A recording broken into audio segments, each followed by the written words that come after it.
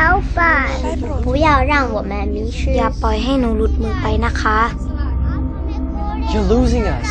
Нам поможете? आप हमें खो रहे हो You're losing us. Ви нам допоможете? Папа, мама, 우리 잃어먹으면 안 돼. Не теряйте нас. Somos la esperanza de la iglesia. Und also believe.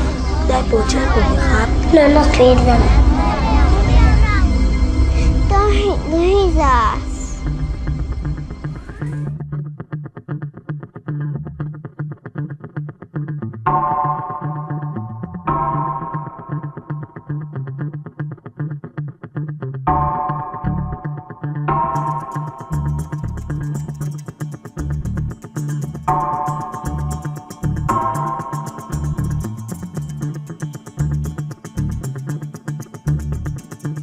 Ons moet soos Jesus probeer lewe. Ja, hoekom is daar 'n Bybel as hy nie bestaan nie? Hulle moet in hom glo dat hulle moet probeer leef soos hy wil.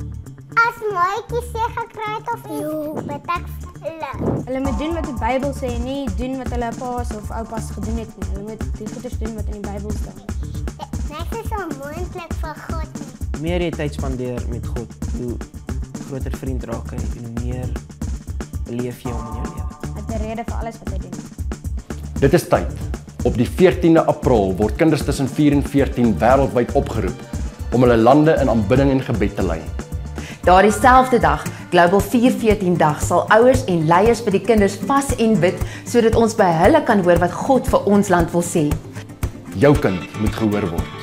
So registreer op www.mightykids.co.za. Om jou kind, jou kerk, jou skool, jou hele omgewing betrokke te kry by hierdie baie betekenisvolle dag.